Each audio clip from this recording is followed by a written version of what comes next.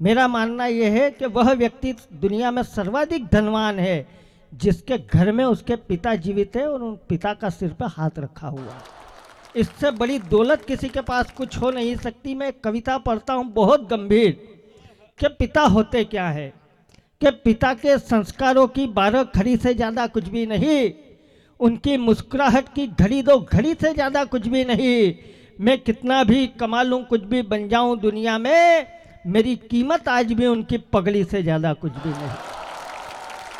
मैं बहुत आभारी हूँ, आपने बहुत मन से बात को सुना कि मेरी कीमत आज भी उनकी पगड़ी से ज़्यादा कुछ भी नहीं।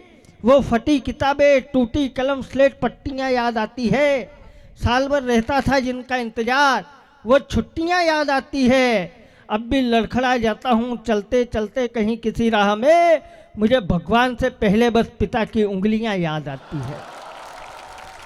और 4 पंक्तियाँ मैं वो पढ़ता हूँ जिनको लिखने के बाद मेरे भी आंसू निकल आए।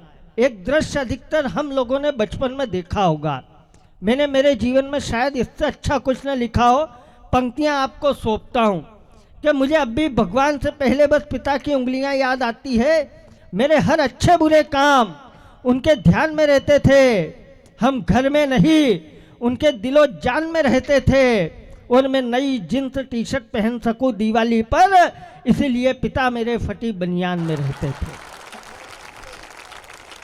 अरमानों से लाई गुल्लक यूं ही फोड़ देता था, खाते खाते थाली में कलेवा छोड़ देता था। फिर भी पिता थे जो खुशी से मुस्कुराते थे, जो घर लाते ही पल में खिलौना तोड़ देता था। और किसी को अगर अपने पिता से कोई शिकायत हो, 4 पंक्तियां पढ़ता हूँ, शिकायत दूर कर लीजिएगा। अधिकतर वो लोग बैठे हैं जो खुद पिता बन गए।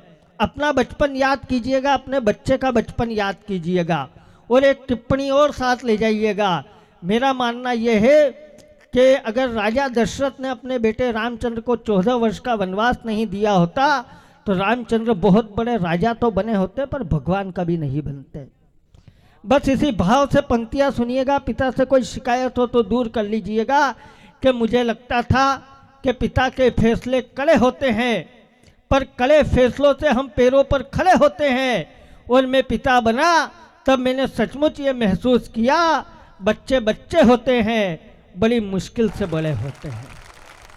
और अंतिम पंक्तियाँ साथ ले जाइएगा तो हमारा यहाँ आना सार्थक हो जाएगा कि अपनी जड़ें मत खोदो, कोई फरियाद काम ना आएगी। घर का आंगन छोड़ कोई जायदाद काम ना आएगी। अगर सताया उस पिता को जिसने तुम्हें नाजों से पाला है, बुढ़ापे में तुम्हारे लिए तुम्हारी औलाद काम ना आएगी, काम ना आएगी। मैं बहुत आभारी हूँ आपका, आपने गंभीर बात को भी बहुत मन से सुना।